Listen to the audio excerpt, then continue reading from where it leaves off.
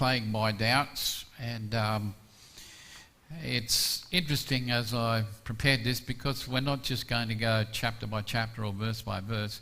We're going to cover about 3 or 4 chapters this morning, so it could be a long service.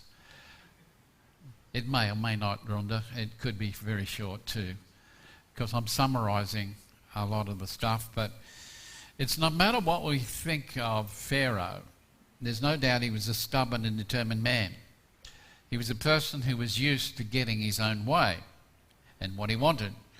He believed he had been taught that he was a god, and he had the powers and authority.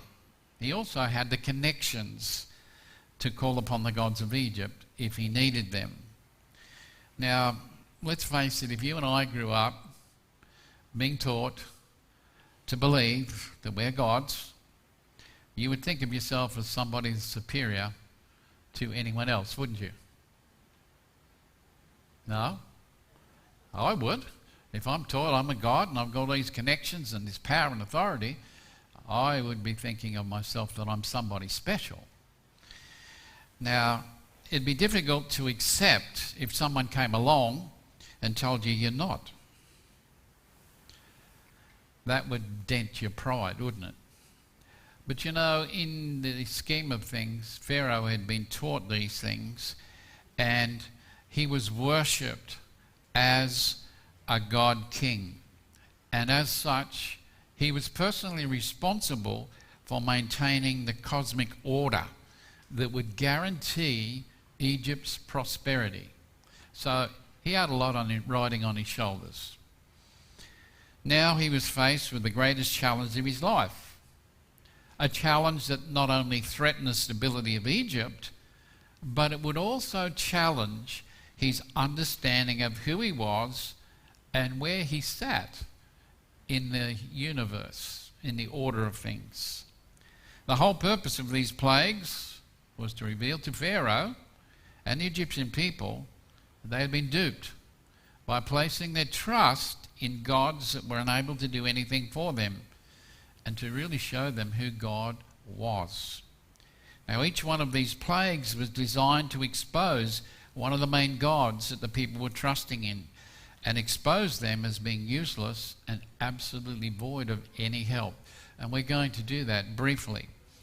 Now, before I give you the second one, what was the first plague we discussed last week? All right, the Nile River was turned into a river of blood, and everything died, and it stunk, and it was no good. Well, we go to the next one. This is plague number 2, and it's frogs. Now, how many people here love frogs? How would you like your house full of them? Open the doors, they're full of them. Open the cupboards, they all fall out. Now, I know some people love frogs to a point, but that's taking it to the extreme. But here, in Exodus chapter 7, verse 26, through to chapter 8, verses 1 to 11, and I'm not going to read them, but they're there for you. But in this plague, God tells Moses to go to Pharaoh, and he tells him, once again, let my people go. Now, Pharaoh would have been wondering, and not wondering for very long, what will happen if he refuses. Now, he's told frogs are going to come. He's told frogs are going to be everywhere. Still, Pharaoh didn't put up with this threat for very long. He refuses, and as a result, there are frogs everywhere. Now, you would think that would have an impression upon Pharaoh, but it didn't. He calls upon his magicians into the contest, and guess what? They can produce frogs too. Now, my problem wouldn't be frogs, it's getting rid of the frogs. I don't want my magicians to produce more frogs. I want them to get rid of the frogs. And here they are producing more frogs. Now, it's interesting that as you read through the scripture there, Pharaoh begs off and promised, I'll let the people go, Moses, just get rid of the frogs. And of course, Moses got rid of the frogs. Didn't take Pharaoh long to renege on his promise, and he resisted and wouldn't let people go. But I guess what I'm talking about, if you look at this diagram here, this was the goddess that they worshipped. She was the goddess of the frogs. And it's important to understand the way in which the Egyptians viewed frogs. Now, they weren't considered ugly. They were not considered horrible. They represented to the Egyptian people fruitfulness, blessing, and assurance of a harvest. And of course, when the frogs croaked, the farmers believed that the gods who controlled the Nile had made the land fertile and had completed their work. So if you're a farmer and you're listening for the frogs and they're croaking, everything was going to be okay. You were going to have a good harvest. Now, the goddess responsible for all this was called HEQT, the goddess of fertility and grain germination. She's also a goddess, and these gods that we're looking at didn't just have one responsibility. Sometimes they had a number of responsibilities. But she was also associated with pregnancy and childbirth. And so she is shown as a woman with the head of a frog. And can anyone see what's in her hand? They are knives. So she's got the head of a frog, and in her hands she has knives. Now, people believe she was responsible for fertility because every time the Nile flooded, guess what? Frogs would come from nowhere. So the people thought it was through magic that they came, and so they worshipped her as the goddess of fertility. Now, they had a few beliefs about her. She was the daughter of Ra, the sun god. She was also the consort of Cunan, the god of pottery and creation. Now, it's interesting as you read through these myths. According to Egyptian belief system, Khnum sculpted and created the human body using the mud of the Nile River. He was responsible for forming the human body. Now, HEQT is responsible for breathing life into an inanimate being and placing a child in a mother's womb. So this goddess, this frog goddess, had the power to connect both the body and spirit in a person. And so these two Egyptian gods of HEQT and Khnum were responsible for the formation, for the creation, and for the birth of every human being in the Egyptian universe. So you can see how important this God is in the thinking of the Egyptians. Now, it isn't hard to imagine how the Egyptian people saw a spiritual and sacred connection to frogs. So if I'm walking down the Nile River and there's a frog, what am I thinking about? Is it a frog? Or do I see the connection to the god and goddess of the Nile and the meaning of what it is? So, you know, with the floods and the mud that are left behind, it gives this promotion of birth and afterlife. So when the Nile floods, it's that concept of everything's born again, and those that die, there's an afterlife. So these two are very powerful gods. Now, according to their mythology, HEQT stood at the coffin of Osiris. Osiris is the god of the underworld, and breathed life back into him so that he could rise from the dead, so that he could once again be king of the underworld. It's thought that HEQT helps the soul enter the afterlife, and her knives are used to cut the physical cords that bind the soul to the body. When death comes, HEQT cuts the physical bindings of this life and allows the soul to continue its journey into the afterlife while she stands guard and guides it on its journey. So is this important? These two are important gods, but so often when we just read the scriptures, we have no idea. We just say there was a plague of frogs and, Pharaoh refused. But why did he refuse? He's got this connection to these gods. So this is a challenge to his authority. It's also interesting to see that's also in the creation account of the Egyptians, how they've taken the original creation and twisted it into something different. But here we have this god, the goddess of the frogs. And of course we know God got rid of the frogs, but it challenged them. Now the next god, quite an ugly looking bloke, he's named Geb, and he's the god of the earth. And he's responsible, you might think when you look at that, how can he be responsible for gnats or lice? And that's found in Exodus chapter 8 verses 12 through 19. This is the next god.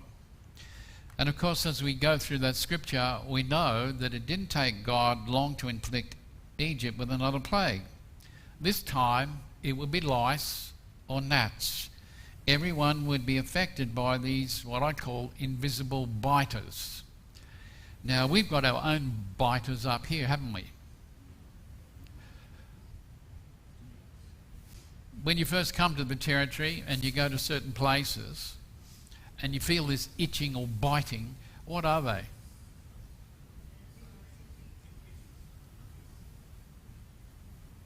We call them sandflies, don't we? Now there are certain places in the territory that are more savage than others. And if you've been there, you get these little nips or you scratch. And what happens the next day, you come up in lumps all over the place and you're itchy. And the one thing that I always used to find frustrating was, don't scratch. You hear that? Don't scratch. What happens when you scratch? You make it worse. But you can imagine what it's like to be covered in lice. Can you imagine the scratching, the itching? It would be absolutely unbearable. Now, once again, Pharaoh, when he encounters this, calls the magicians, but this time the magicians couldn't duplicate that plague. And why? I believe they couldn't grab hold of these little biters to be able to duplicate. They can't create life from nothing. They needed to have something in hand. In this case, they couldn't see them, so they couldn't create them. They were unable. And they couldn't take the lice away either. Now in each case, all they were able to do was add. They couldn't solve the problem. They couldn't remove them. But at least they had enough sense, more than Pharaoh did, to realize and say, this is the finger of God at work.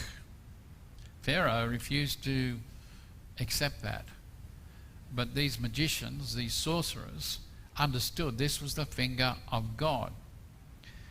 Now Geb, he's the Egyptian god of the earth, and he was responsible for all the dust of the earth, and it is against him that lice came from the dust of the earth. Geb was the god who looked after the fertile earth. He was responsible for its vegetation as well as the desert areas that covered the earth. He was also the keeper of the dead. He could set people free from their tombs if he so desired. It is said when he opened his jaws, it would take people who were not worthy to live in the fertile parts of the earth. He would open the ground with his staff and imprison people on the earth. Egyptians themselves often referred to themselves as the house or cattle of Geb because of his position in the land and the originator of kingship. He had a grainy, green, covered skin that set him apart as the god of earth's fertility, but he had many roles that he carried out as God.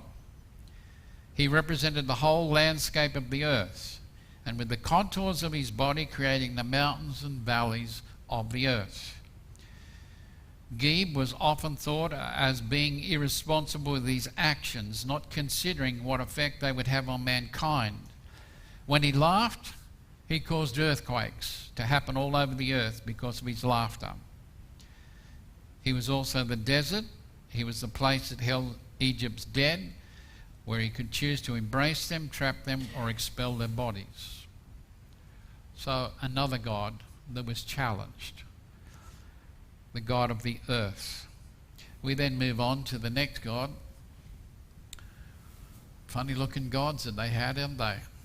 It was hard to find some that represented them, but this is Khepri, and you'll find this in Exodus chapter 8 verses 20 to 32. Now Pharaoh still remains stubborn to this point in time, and we're told in this plague there would be flies everywhere except where the Lord's people would be. This time they would be separated from the plague. Now there's nothing worse than flies. You go to the outback, and I'm in the outback, and you get out of your car, it doesn't matter, early morning, what are you going to encounter? Flies. Now a few years ago, Phil Manning and myself, we drove back from New South Wales. We got into a place called Winton at 6 in the morning. And the attendant came out wearing this funny looking, well, it was, I don't know what you'd call it, but it had corks, it had netting, and it was over the top. And all over her were these flies. Anyway, we wanted to get out. We got out of the car. We were swamped by flies at 6 o'clock in the morning. They were everywhere. They'd get in your nose, in your mouth, in your ears, in your hair. There was no place that you were safe from them. So I can imagine what it's like to have the whole land covered with flies. And Pharaoh didn't take long before he said, "Help, help." And once again, he reneged on his word, and God hardened his heart. Now this God was the God of creation. He moved the sun. He was involved in the rebirth and resurrection of people into the afterlife. It is believed that this God gathered the sun every day. He rolls it across the sky from one side to the other. He is born every day in the east, and he emerges in the underworld in the west when the sun goes down. He's said to have emerged from a mound of dirt, plays a key role in reincarnation. He also has the head of a fly. He was seen by the Egyptian as one of the forces that moved the sun across the sky. Subordinate to Ra, the great sun god, but he was seen as being the morning sun. Flies laid their eggs as they emerged. They were fully formed, and so this god came to represent creation and rebirth related to the rising sun and creation of the world. Now, it's important that we understand these gods, because every one of the plagues was challenging one of their gods and their concepts of God. We sit here this morning and think, oh, those poor people. But I'll get to us later. But it's showing us the belief system of the Egyptians. And of course, we probably know this one. How many have heard of the god Apis? Well, it's in Exodus chapter 9, verses 1 to 7. And of course, there's this resistance, this stubbornness that Pharaoh, as a god, was not going to give in to the request made of him to let the Israelites go. And of course, when this plague came, it would affect and it would kill most of the Egyptian livestock, except the Israelite livestock was spared. Now, Pharaoh didn't believe that the Israelites' livestock was being spared, so he sent his officers down to find out what was happening. And he came back and told them, these officers came back and said, they're fine, but ours are gone, they're dead. Now the ancient Egyptians worshipped the Apis bull and considered him to be the God who lived among them. They believed him to be the living image of Osiris and sought his guidance on telling their fortunes. Now, I've had people say, Pastor, how do you find out the will of God? Well, if you're an Egyptian farmer or that, how would you understand whether you're going to have a good year or a bad year? And this is what they would do.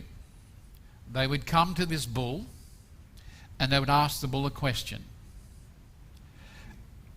Don't laugh. And if the bull took the food that was offered to him, that was a sign, that was an omen that you were going to have a good year. But if the bull refused the food, it was a bad sign. Everything was going to go wrong for you. So picture it, you go to a bull with a plate of food and you talk to the bull. Am I going to have a good year or a bad year? And you're hoping, you're praying that this bull would eat the food. If it was me and the bull didn't eat the food, he would become my food. But this was the belief system to determine whether they're going to have a good year or a bad year. We go to the next disease or plague that happened in chapter 9, verses 8 to 12. Now, if I'm Pharaoh, by this stage, I'm beginning to lose a little of my patience. Here I am, I'm a god, and I've got all these other gods who are supposed to rally to support me, and none of them have come through. And I don't want to give in to Moses. So I can imagine he's getting frustrated. Now God instructs Moses to take some soot from a furnace, throw it into the air while Pharaoh's watching. The plague that hit Egypt was painful, and it caused boils to break out and fester on people and animals in the land. That's interesting. None of us who have had boils wants boils. They are painful. But you'll notice that Pharaoh calls these magicians. I don't know what he expected them to do, but we're told very clearly they're unable to do this because they've been hit by the boils. It's too painful. Yet Pharaoh refused to let the people go. This was a plague against the god IMHOTEP. He was connected to deity, but he remained as a man who was an architect of one of the great pyramids of Egypt. Later on, he learned medicine and was known as the god of medicine. And as you go through the records, they show that both in Greek culture and Roman cultures, they adopted him as the god of medicine, who was to be worshipped for his healing powers. He was very skilled in surgery and dentistry, had a wide knowledge and understanding of the human body and all its ailments, and was worshipped as a god some 2,000 years after he died. They also had another goddess they worshipped in this era called Isis, who was responsible for teaching the people about reading, agriculture, and worship as the goddess of medicine and wisdom. She was also called the mother of life, as well as the crone of death. She also had knowledge of magic, and together with Thoth, she taught mankind the secrets of medicine. So people believed in their sorcerers and magicians to be able to heal them. So this is a direct attack against the belief in who was responsible for healing. Now this next one, I want you to look carefully at this goddess. It's a rather funny drawing, isn't it? This is plague number 7 in Exodus 9:13 to 35. And we know, and I believe, that Pharaoh's patience and resistance starting to wane just a bit. I mean, he's taking quite a battering. Nothing's going the way that he expected it to go. Now, he's still being contrary. He's still content to do his own thing because he won't listen. Now, this time he would be on the receiving end of a plague of hail and lightning. It would destroy the crops, livestock and possessions that particularly belonged to him. Now, these storms and hails that came terrified everybody, Pharaoh included. And he was happy to let the people go initially, but quickly changed his mind after the event had passed.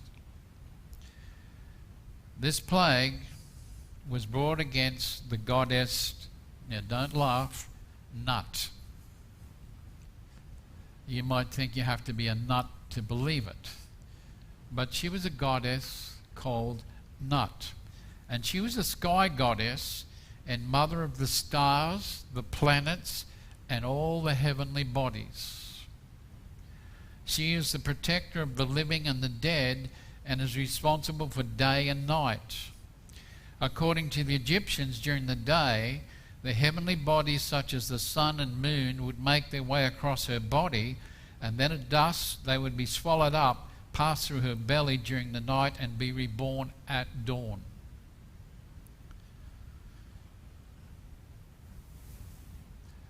This picture is her over the gods and the people. She protects them. She's the sky goddess. We come to plague number 8, and this is one of locusts in Exodus 10, 1-20, the god Seth. Now, in all of this, you would think that Pharaoh would start to wake up, that he's not a god, that his trust in these other gods was useless. But think about it, he's beginning to question whether he is a god by this time. Nothing is going right. So every time a crisis occurred, every time it was removed, Pharaoh went back on his word and became more resistant. In this case of locusts, it was thought that Seth was the destroyer, and he was also the god of storms and disorder. There was another god called Sennacherib, a minor god, whose job it was to protect the field's vegetation, and they failed to do this against these locusts. This plague totally devastates the Egyptian agricultural economy. They're brought to their knees by this plague, and it really shows them just how useless their gods are. And it must have started to cause many doubts in the minds of the people as to why did we trust in these gods in the first place. We go to plague number 9. Now there's a multitude of gods here. Ra, Horus, Khepera and Alum. They're all the gods that are involved in this. And this is, by this time, I think Pharaoh is thinking, well, what else can go wrong? I've suffered a lot already. The gods haven't been any help to me. What possibly could go wrong now? Because he's starting to think, if I'm really God and I'm supposed to maintain the prosperity of Egypt and I've got all these gods at my disposal, where are they? Why don't they do what they're supposed to do? Now, I believe that in this, God had another plague that would really tick him off this time. It wouldn't make him happy at all. And God told Pharaoh to instruct Moses, or God told Moses to tell Pharaoh that the land was going to be filled with darkness to the extent that no one would be able to see for 3 days. This got the desired effect, because initially Pharaoh said, take your families, but leave your flocks. So he's still dictating, take your families, but leave your flocks. Now get out of here while you can. I'm done with you, and if I see you again, you will die. And of course, if I'm Moses, yes, boss, I'm ready to go. I'm happy to go.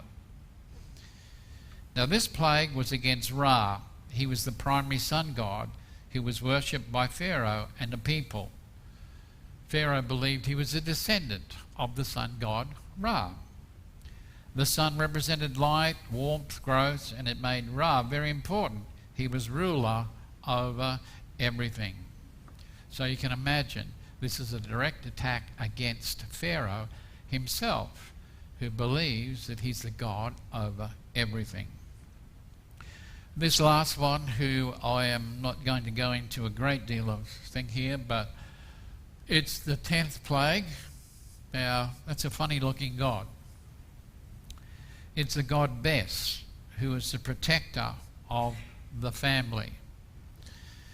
This, as we know, was the last and final plague. This was the death of the firstborn that would take place.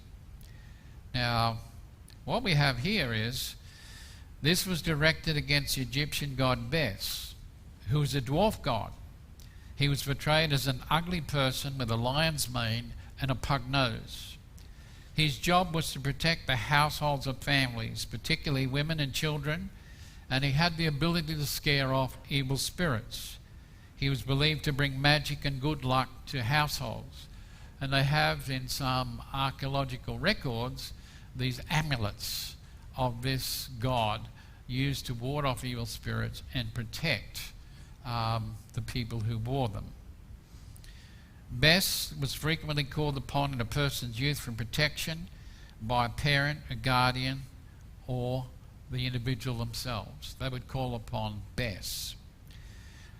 In Egyptian literature, there was a book, if you like, called The Magic Lullaby. And it was a spell a mother or older sister would sing to ward evil spirits away from a sleeping child. And Bes was sometimes invoked along with this poem for maximum protection. Mothers would draw an image of Bes on their child's left hand, wrap the hand in a cloth blessed by the temple so the child would have pleasant dreams. The image of Bes on the hand associated with the dream world would drive away any spiritual elements which might give these child nightmares. Now, what can we say about all these gods that they worshipped? What would you say? Now, when we read scripture, we just read, and there was a plague of frogs. Not a plague of frogs, but a plague of frogs. There were swarms of flies. There were ticks, insects. You've got darkness. You've got hail, lightning, thunder. You don't get the significance behind it until you understand why this particular plague is directed. And it's at each one of their gods. And the people had placed all their trust, all their faith in these gods. You know, as we look at them, these were personal acts of God against the pretend gods that people believed in. Now, there are many skeptics we've got today who regard these plagues as just being myths, or they explain them away by just being some natural phenomena at the time. No, this was God at work, and the evidence supports that. Even the Egyptian sorcerers themselves, who had experience in these magical arts, recognized the finger of God in all these plagues. Didn't take much to go, duh. This is not some natural phenomena. This is from a God. This was something that they understood and knew. They were powerful acts of God used to demonstrate that He alone is God. He alone is creator over everything. Now, the people of Egypt were impressed. The Hebrew people, no doubt, were impressed. And reluctantly, I believe Pharaoh was ultimately impressed enough to know, hey, the writing's on the wall. I have to submit to one that is greater than myself. I have to acknowledge I can't do anything against this God.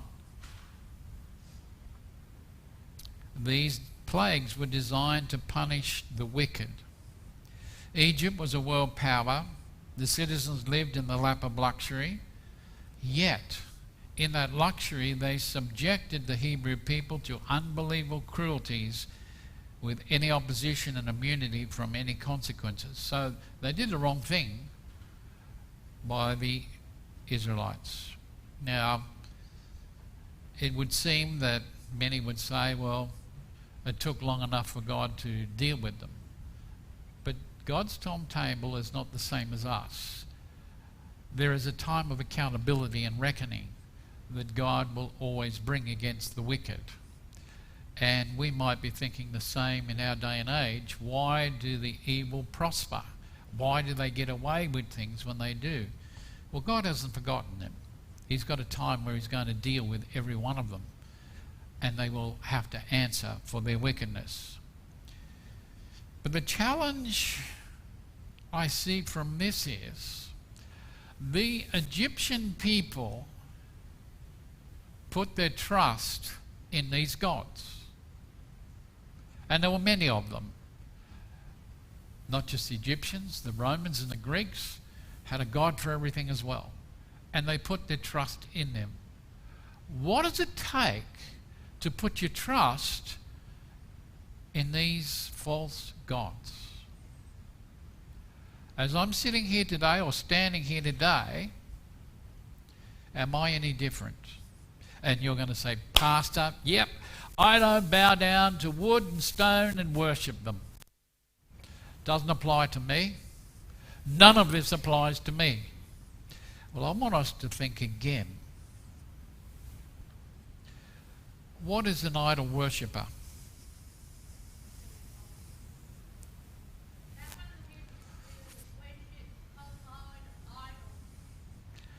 But I just said I don't bow down to wood, stone, or metal. I don't bow down to statues and worship. So I'm not an idol worshipper. Doesn't apply to me.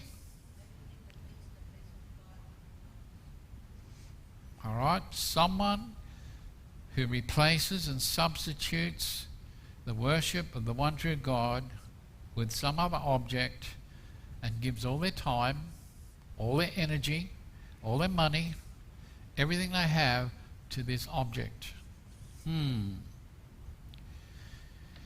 Now, how do I know whether I've got an idol or not? Well, it's interesting. Psalm 115:8 says, "Those who make them will be like them, and so will all who trust in them." One commentator has said, all the various forms of modern idolatry have one thing at their core base: self. Self.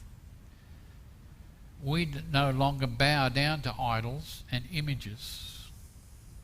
Instead, we worship at the altar of the God of self. And that God of self expresses itself in so many different ways. Many people can be found worshipping at the altar of materialism. Aha! What's materialism?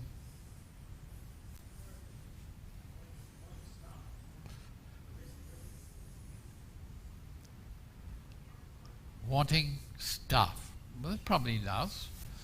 Now, but we're not idol worshippers, are we? Is there anything with wanting a new car?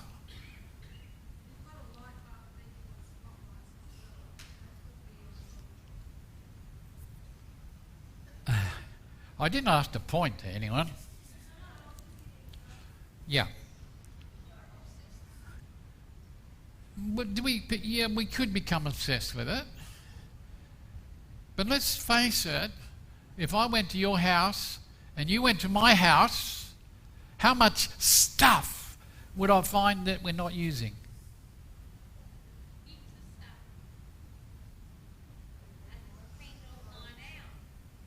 But why did we get it in the first place? It might be good for a rainy day. I might need that, so I don't have to go out. But you know what I found in personal experience? I've bought those things with that thought in mind, and when I need it, I can't remember that I bought it or where I put it. And so what do? I go out and buy another one. And then my dear wife says, "What did you buy that for? You've already got 2 in the back." I didn't know I had them. Oh, my memory's failing. No. We can accumulate things. That's materialism. I've got to have the latest gadget, the latest phone, the latest this, the latest that. That's materialism. I've just got to have it. And nothing's going to stop me until I get it. And when I get it, hey, look what I've got. Hey? Oh, that's a beauty. What does it do? And you rattle off all the specifications and things that it can do and things that it should do, but ultimately doesn't do. Idol worshipper? No, not me. I'm not, you know. I don't worship at the altar of materialism, Pastor. Maybe we do. Because we often use, and it soothes our ego to be able to have as much stuff as we can to show how good we are. Look, this is what I'm able to get. This is what I'm able to do. Aren't I a good person? Many times we can be found at the altar of worshipping our own pride and ego. What on earth are you talking about, Pastor? The altar of worshipping our own pride and ego.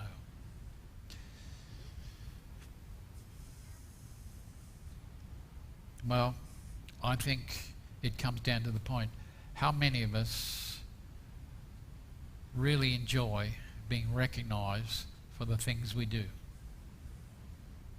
Look at me, I built this house with my own 2 hands. Look at me, I went out and carved out an empire out of nothing. No help, nothing. What is it saying? Look, how good am I? I can do anything. And how many of us crave to be recognized as a person who does something, a person who is somebody, and they're not content until they are. One writer has commented that sometimes we can be found at the altar of naturalism and science. Now, what does he mean by that? He means we cling to the illusion that we're both lords of our world and build our self-esteem to godlike proportions. In other words, I'm in control of my world and what I do. I am master of my own destiny. I'm captain. I can do what I want. I don't have to ask anybody. If we asked Pharaoh how that worked out for him, I don't think he'd agree with that.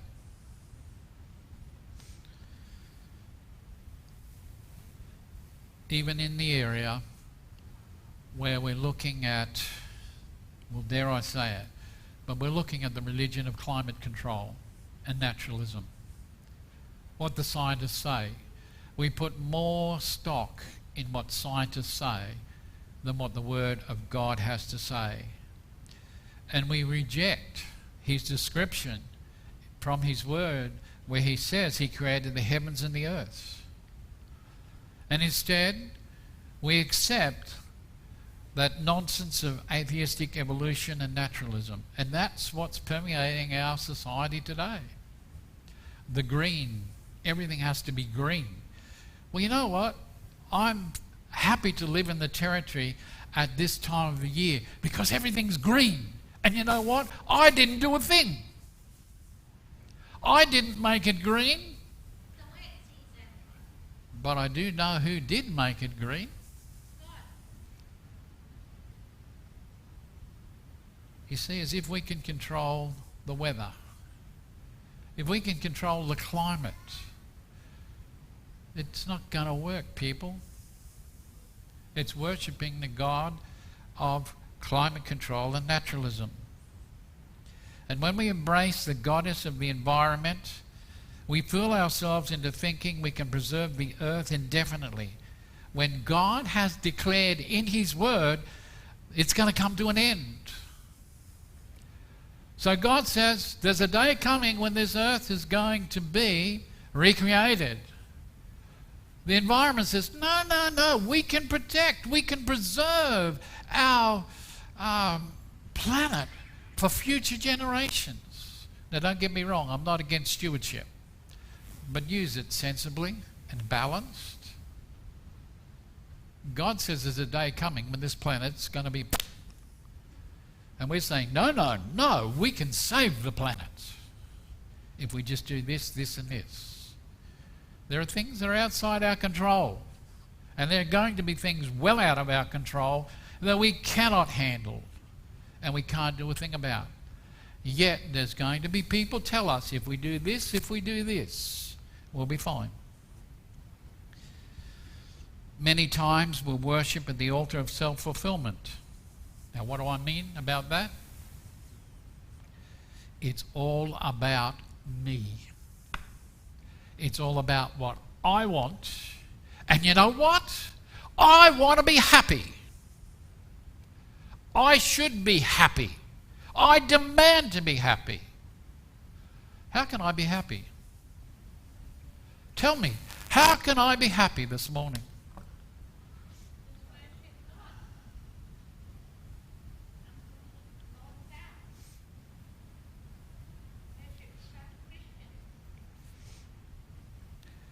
Well, you see, when we go to the altar of self-fulfillment, when it's all about me and what I need, we then ignore the needs of others around us. Let them look after themselves. There are many other people. I'm not responsible. I don't have to take care of them. I'm not responsible for them.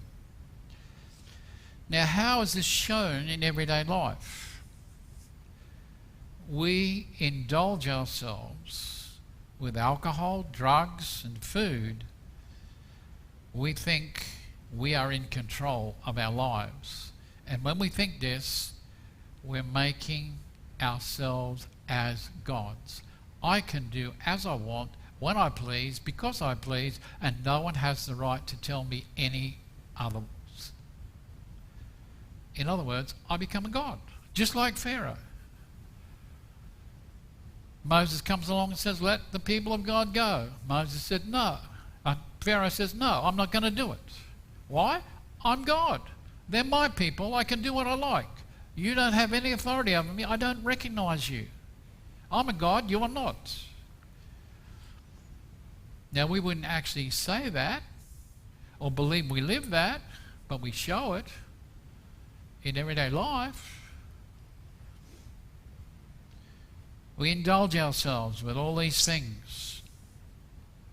And we need to prayerfully evaluate our lives to make sure that there's nothing more important to us than God. And we should ask ourselves, what is an idol in my life? What is an idol in my life that I worship? 4 questions that might help. Where do I spend my time? What gets most of my time? I know we live in a society where life is very busy, but it's amazing how much time we can find when we have to. But what gets most of my time and attention? Now, I have a computer. I spend a lot of time in front of it. Every Sunday afternoon it comes up and says, you have spent so many hours in front of your computer every day. This is how much it comes to. It will tell you because you've been in front of the screen for so long. And you think about it, you've got 24 hours in a day and you spend X amount of time in front of a computer.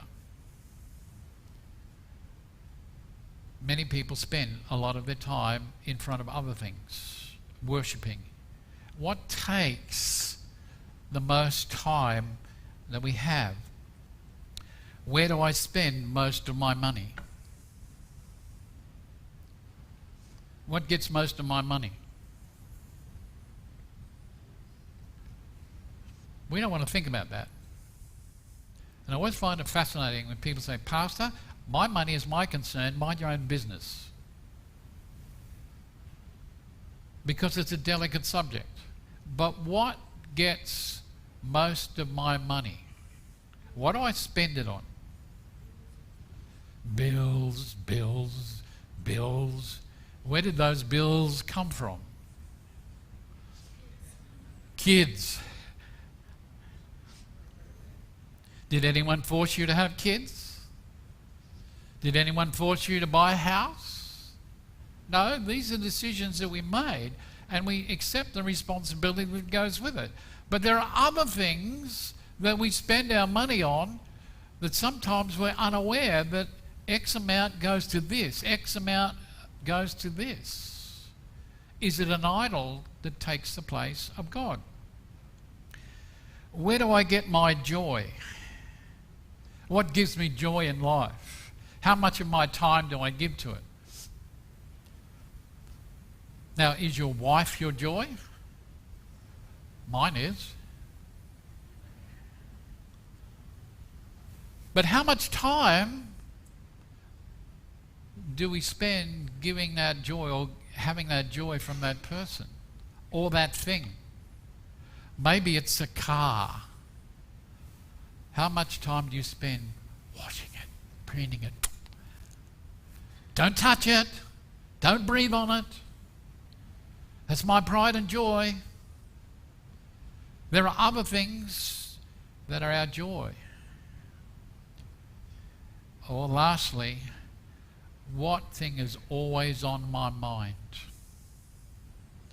What takes a lot of my thinking time? What am I thinking about most of the time? What draws it? All challenging questions. Now, we've come a long way from bowing down to stone and wood and metal statues. And our idol worship looks different, but make no mistake, it still exists. It exists for the modern man today. We shouldn't let anything, even a good thing, take the place of God in our lives. And I guess the question is, that I leave you with to think about this morning is, what things are you putting your trust in apart from God? The Egyptians put their trust in a variety of gods for one reason or another. There are many today that say, yes, I trust God, but we follow other gods. We let them dictate to us about our time, our energy, our involvement. And when we line it up with the Word of God, we often resist it to what God says because we know what He wants. No, I don't want that. I want something that is going to please me or make me happy. And we substitute God for a God that we manipulate, a God that does our own thinking, bidding, and will make us happy. So we manufacture a God that we think is pretty good. He does what we tell him to do. But that's not the God of the Bible. Pharaoh learned the hard way, and I wonder this morning how many of us have got to learn the hard way. Don't put your trust in things that don't deliver. As the team comes.